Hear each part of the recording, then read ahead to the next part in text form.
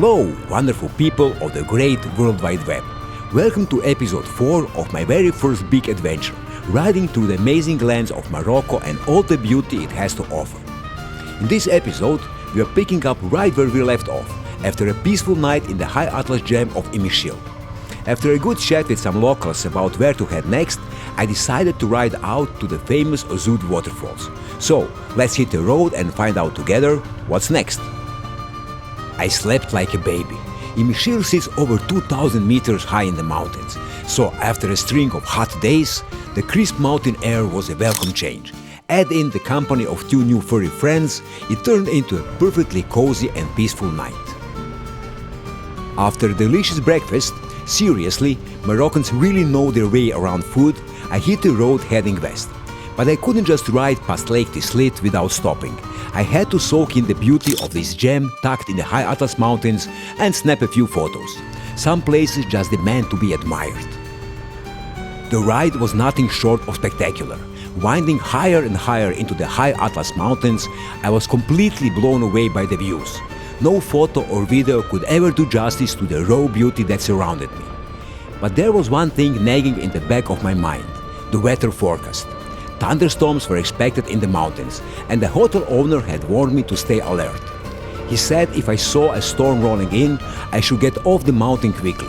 Those storms can hit hard, with strong winds and nowhere to take cover. I've had my few brushes with mountain storms during my snowboarding days, so I didn't take the warning lightly. And as it turned out, that advice would come in handy later on. I also had a beautiful encounter. I'm pretty sure it was a Lyrical falcon. I saw it land on the rock near the road, but as I got closer, it took off and glided down behind the hill. I didn't get a clear enough look to be completely sure, but it was a majestic moment either way. As I rode across the stunning high Atlas plains, the wind started picking up, sometimes so strong it pushed me side to side, forcing me to zigzag along the narrow mountain roads. Dark clouds loomed in the distance, and I began thinking about changing my route. It wasn't just the storm that worried me. It was the fact that I couldn't spot a single place to take shelter if it hit. As you can see in the video, the high Atlas is a vast, exposed wilderness at this altitude, offering absolutely no cover from the elements. So the decision was made. Understanding how unforgiving the high Atlas can be when storms roll in, I wasn't about to take my chances with its sudden mood swings. At the next crossroads, I chose the road that led down into the valleys. It was a longer route, much longer route to Ozoud, but I had time, and it felt like a perfect chance to see even more of this beautiful country. And here comes one of those classic, well, that could have gone better moments. Brought to you by my highly advanced planning system, also known as the scribbled envelope. Somehow, I completely missed that I was actually just stone throw from Anergui, and with it, the legendary Asif Mellow track, one of only 2 places I bothered to write down for this entire trip. I only figured it out days later while riding from Ozoud back to Anergui like some kind of confused explorer retracing his own footsteps. If I just bothered to check where the track begins or ends, depending on how you look at it, I might have saved myself a scenic loop. But hey, no regrets. I took the long way around, soaked even more of Morocco's beauty and loved every second of it. Winding roads, all bridges, climbing up hills and diving into valleys. Every kilometer was pure joy.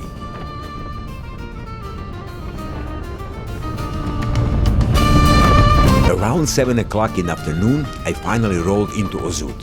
Before heading to the camp, I needed some food. It had been a long day, and breakfast felt like a distant memory.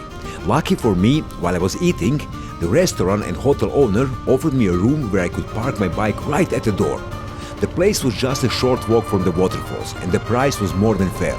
Of course, I said yes, and ended up staying for 2 nights. The next morning, I slowed things down. First, my trusty bike got some love, a bit of chain cleaning and lubing after all those dusty kilometers. Then it was time to explore the magic of Ozoud waterfalls. In Amazigh or Berber language, Ozoud means grinding grain, a fitting name, not just for the waterfall's endless roar as they carved the rocks, but also because long before the tourists came, the area was known for its many ancient watermills, quietly working beside the thundering falls. The Ozoud waterfall tumbled down in 3 dramatic steps, with the tallest drop stretching 75 meters and a total height of 110 meters, making them the second tallest waterfalls in all of Africa. I wandered the trails, letting the mist hit my face, losing track of time as I watched the water dance from rock to rock. Later, I sat down for a meal and a cup of tea, with a front row view of the falls. Honestly, if there's a better way to spend an afternoon, I haven't found it yet. I also made a new friend. And no, not a cat this time, just to mix things up a bit. In case you are wondering, I'm the guy in the red shirt, and the other star of the show is a Barbary macaque, also known as a Gibraltar macaque. Now, let me tell you, I got absolutely outsmarted by this little guy. I had a bag of peanuts and I was handing them out one by one, thinking I was in control. But no, he played it smart, never fully reaching out, just inching me closer and closer. And when it was finally close enough, bam, he snatched the entire bag right out of my hand.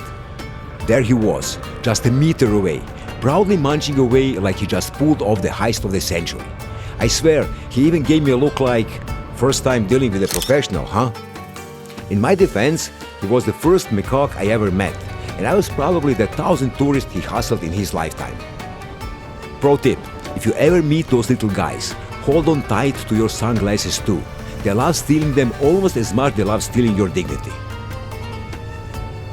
Whispers and legends float around the Ozoud Falls like mist. Some say an ancient monastery lies hidden behind the roaring waters, lost to time.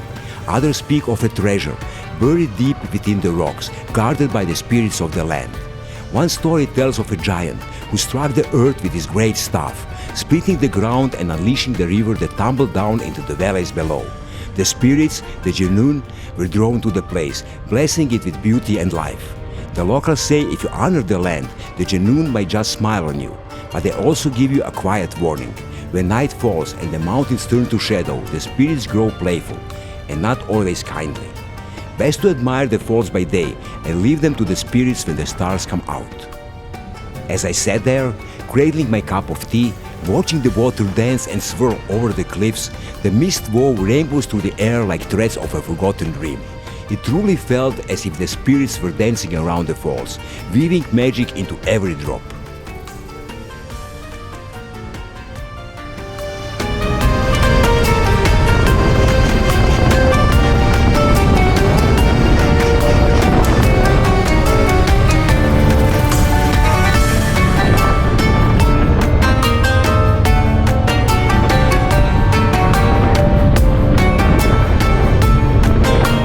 The next morning, I set off toward Anergui, retracing part of the route. It was one of those picture-perfect days, clear blue skies, smooth roads, and the raw, untamed beauty of the Atlas Mountains stealing my breath away all over again. But of course, no ride comes without a twist. Both gas stations I counted on were bone dry, triggering my well-earned fuel anxiety. More on that drama in the next episode. This time I had enough to make it to Anergui, but still, it wasn't exactly comforting for my upcoming riding plans.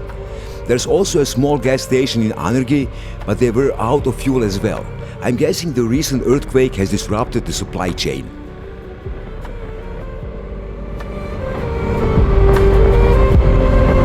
Well, it is what it is.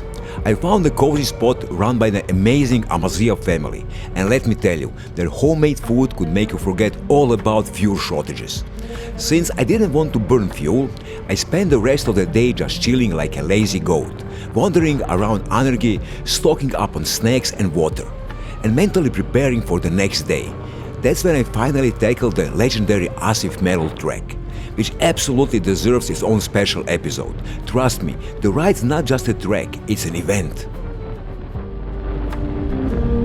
Anergui is a small town nestled in the Anergui Valley at about 1,600 meters above sea level, right between the high and middle Atlas ranges. The Asif Melul River flows through it, carving out stunning gorges and green valleys. It's a part of Megan UNESCO Global Geopark, known for its Jurassic rock layers and tectonic formations that reveal the region's alpine past. Home to Amazigh communities, Anergui is a place where tradition, nature, and mountain life all blend into one quiet, breathtaking harmony. Alright, that's it for this episode. If you had fun, smash that like button like it's a mosquito in your helmet. And if you want more slightly chaotic motorcycle adventures, hit subscribe. See you in the next one. Until then, ride safe and keep exploring.